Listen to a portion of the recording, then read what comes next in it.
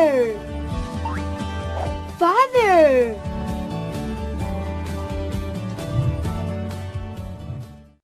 Welcome to Full Frontal Fatherhood. My name is Julian Radwood, and today I'd like to talk to you about why dads are so important. There's so much talk in the media about the importance of fathers, and so much research that has shown that if we are an engaged father, our children are much more likely to be happy in life, successful, have satisfying relationships, not end up in jail, not end up depressed. It's really clear that we are important. But why are we important? What is it that we provide to a child that is so important? This is helpful for us to know, because if we know what it is that we should be doing, we can do it all the better. Before I get into it, I want to address the fact that oftentimes there isn't a father, or there's two moms or two dads. And I could have titled this video, Why It's So Important to Have Three People. Because really, it doesn't have to be a man that inhabits this role. But there is real importance in it not just being mom and child. And if it is a single mom situation, there are things you can do to bring that third person in, and I'll talk about that a little later in the video. Mothers are wired to merge deeply with their babies. When the baby comes out, it really experiences a sense of oneness with the mother. It has no conception of being separate from the mother, and there's an amazing sense of their body and the mother's body being one. The mother, similarly, is wired to just really be there with that baby. And as I said, that profound bonding is extremely helpful for the baby. They're learning the separation between self and other. They learn themselves in the reflection of how we respond to them.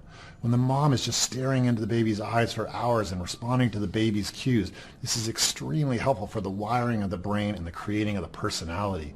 It's even encouraged that moms allow themselves to fall into that crazy bubble of merging with the baby. Deeply healing for both people. But there's another need that has to happen. There's a balancing force that needs to come in, and that is typically the father. When the father comes in, the baby learns that there isn't just mom and me. There isn't just that sense of oneness. There isn't just a sense of, I need to meet mom's needs and be connected to mom in order to get my needs met. There is a choice of being with the father. There's another place to go to get one's needs met. When two people, any two people, are just stuck in a bubble together, they become overly merged often. They start to try to take care of each other. Grandmother! Grandfather! How important do you think are grandparents when it comes to not only, you know, general day-to-day living, but encouraging your kids to succeed in life? Do you know, I really do feel that my grandparents are so important, and not only mine. I think all grandparents, I think they are a fantastic extension of your family unit. Oh, is that your granny? Yeah, that's my nan. Yeah, and I find that I cherish the relationship more and more as I get older, and I think it might be, it's really heartbreaking to say, but it's kind of like I'm becoming more and more aware that they're getting old, and so they're not going to have as much time left. And for me, I find that really scary, and I feel like, oh my gosh, you know, I've really taken them for granted.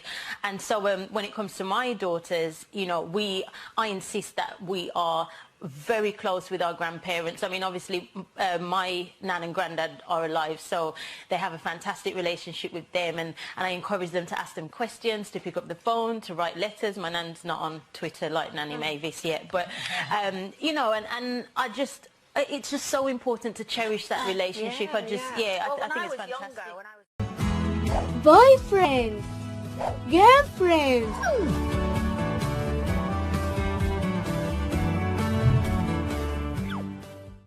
Where other titles, for example lady friend, partner, are more commonly used for long-term committed relationships. A girlfriend can also be called an admirer, beau, suitor and sweetheart. Partners in committed relationships are also sometimes described as a significant other or simply partner, especially if the individuals are cohabiting. Girlfriend and partner mean different things to different people. The distinctions between the terms are subjective. How the term is used will ultimately be determined by personal preference. In 2005, a study was conducted of 115 people ages 21 to 35 who were either living with or had lived with a romantic partner. It notes that the lack of proper terms often leads to awkward situations, such as someone becoming upset over not being introduced in social situations to avoid the question. There exists some ambiguity between the terms girlfriend, or a friend who is a girl, and girlfriend. The transition between the two is a significant aspect of adolescent development. Both forms of girlfriend and girlfriend are used by different people to mean different things. For example, when romantically or sexually involved. This is normally a short-term committed relationship, where other titles, for example husband, partner, are more commonly used for long-term committed relationships. A boyfriend can also be called an admirer, beau, suitor and sweetheart. Partners in committed non-marital relationships are also sometimes described as a significant other or partner, especially if the individuals are cohabiting. Boyfriend and partner mean different things to different people. The distinctions between the terms are subjective. How the term is used will ultimately be determined by personal preference. Son. Daughter. Brother. What's the cost of raising a child in America today? How much will it cost to raise your kid? Are you thinking of starting a family? Chances are you've considered it once or twice. If you're in a serious relationship, it's probably come up in conversation.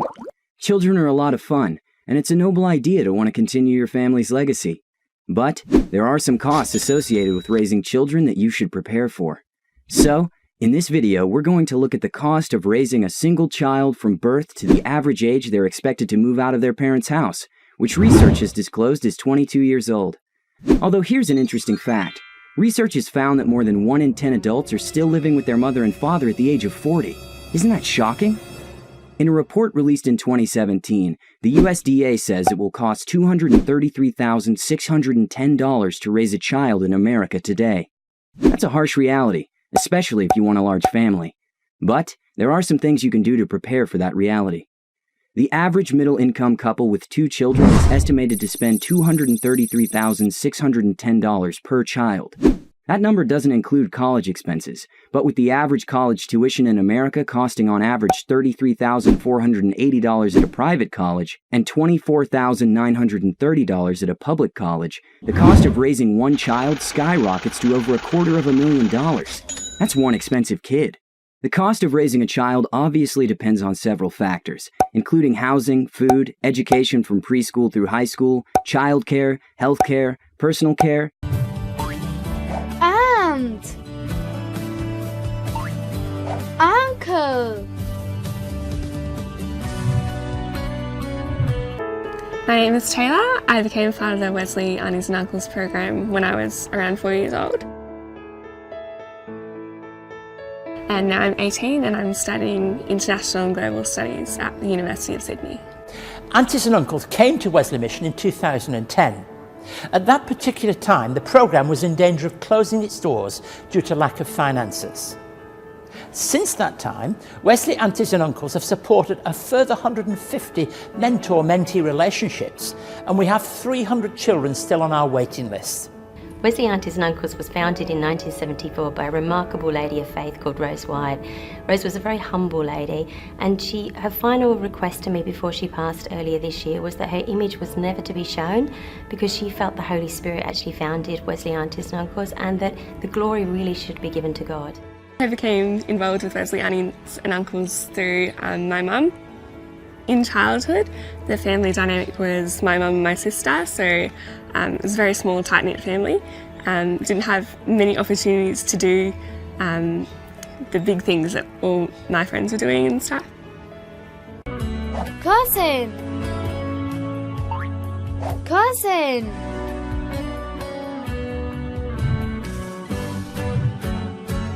What is a cousin? Well, it's an issue which seems to perplex a lot of people. How's a second cousin different to a first? Is it okay to marry a third cousin? And what about that funny word removed that seems to crop up now and again? Well, here's a quick look. Let's take you. You are person X. Smile for us, person X. That's better. Now let's draw up a family tree. There you go, person X. You're there. Now before we continue, Remember that the relationships shown in these boxes relate to you only, person X. No one else in this completed tree will share the same relationships as you. Now, let's say that you have a sibling. Doesn't matter what sex. You and your sibling will have two parents, but for this diagram, we only need to show one, as we're only exploring one side of your family. Now, your parent has a sibling of their own. To you, person X, this is your aunt or uncle. Again, their sex doesn't matter. What matters is that they exist, and it is their child who is your cousin, or more specifically, your first cousin. Of course, they are also first cousins to your sibling, which is why all three of you are flashing. Now, why first cousins? To explain this, we need to bring in your grandparents. There they are, your grandparents who are the parents of your parent, and also the parents of your aunt and uncle. When assigning numbers to your cousins, it's from the grandparents that you have to look, as they are your closest common ancestors. As you can see, your grandparents are also the grandparents to your first cousins, and you are both in the same generation level. That is what makes you first cousins. Nothing more than that, it's that simple. So let's take your family and flesh it out a little. Let's say your first cousin has a child. Is that kid going to be your second cousin? No, that's not how it works. This new child is your first cousin once removed. Why? Well, for a set of cousins to be known by a number only, first, second, etc., they need to share the same grandparents and be on the same generation level. Now clearly you and this new guy aren't. Take a look and you'll see that your grandparents are in fact his great-grandparents. So that makes you one generation apart. As he is one generation down from being your first cousins, you are first cousins once removed. Let's continue. Let's say your own sibling has a kid. That kid is your niece or nephew. That's simple enough. But what relation is that kid to your first cousin once removed that we were just discussing? Well, they are second cousins. Now don't worry if you're getting confused. Remember that to be known with just a number, a set of cousins have to have the same grandparents and be on the same generation level. You'll notice that these two are. But as they share a set of great-grandparents, not just grandparents, they are second cousins, and have to go back a generation further than you and your first cousin do to find a common ancestor, that common ancestor being your grandparents. Let's flesh it out even more. Your first cousin once removed now has a kid of their own. Think about it and it's now becoming logical. They are two generations down from you, the grandchildren of your first cousin. This makes them your first cousins twice removed. They are two generations down from being your first cousins. Your grandparents are his great-great-grandparents. What about this newest addition to your family and your niece or nephew?